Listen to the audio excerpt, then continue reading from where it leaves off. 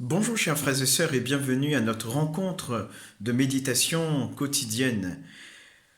La liturgie du lundi 16 novembre permet dans la parole de Dieu de contempler d'abord et de méditer avec le livre de l'Apocalypse.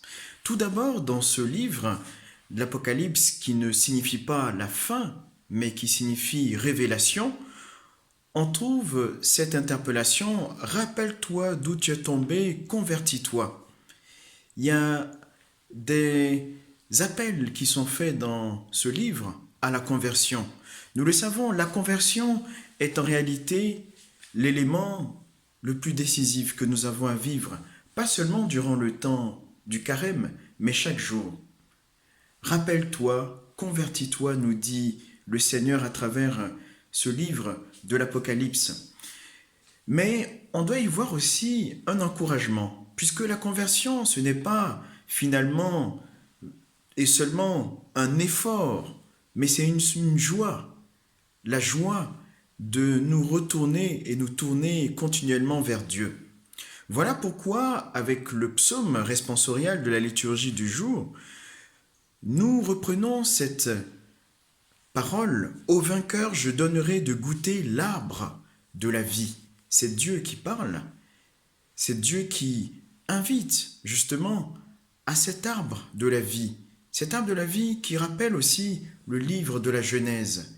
C'est-à-dire ce livre aussi qui fait écho à ce bonheur auquel Adam et Ève participaient. L'arbre de la vie. Au vainqueur, je donnerai de goûter l'arbre de la vie.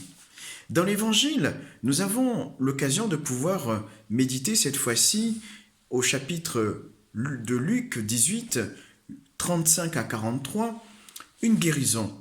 « Que veux-tu que je fasse pour toi ?» interroge Jésus pour cet aveugle qui mendiait. Et cet aveugle avait dans sa bouche une parole que nous pouvons faire notre prière du jour. Puisqu'il criait « Jésus, fils de David, prends pitié de moi ». Oui, demandons au Seigneur sa miséricorde pour nous-mêmes, pour l'humanité, pour ce temps de pandémie que nous vivons.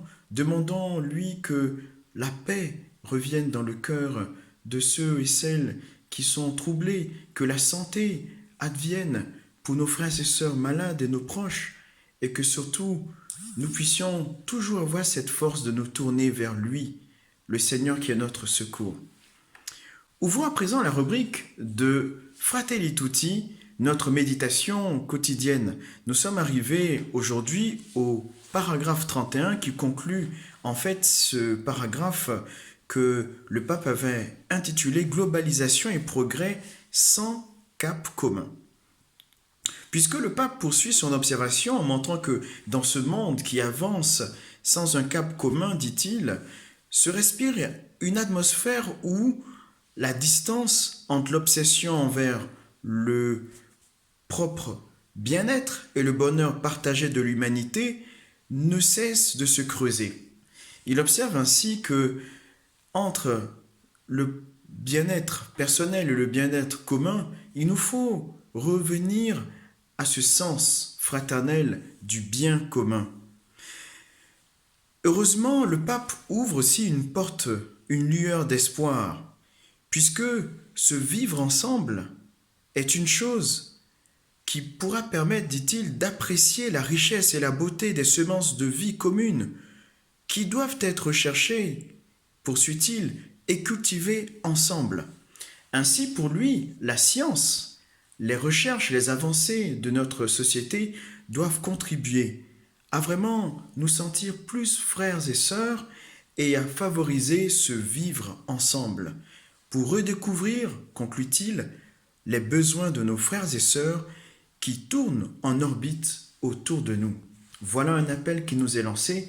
Je nous invite à relire ce paragraphe 31 qui ne peut que nous aider à grandir dans le sens de la fraternité. Nous concluons aussi donc notre méditation à travers cette phrase de Sainte Thérèse qui va nous accompagner ce lundi. Que nous dit-elle? Voici la phrase. Je veux passer mon ciel à faire du bien sur la terre. Je veux passer mon ciel, dit sainte Thérèse, à faire du bien sur la terre.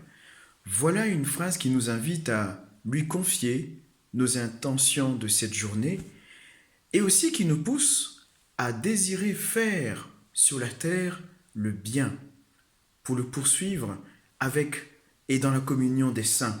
Oui, il est possible de passer notre vie sur terre déjà ici à vivre le ciel, c'est-à-dire à vivre aussi la charité. Bonne journée et à bientôt.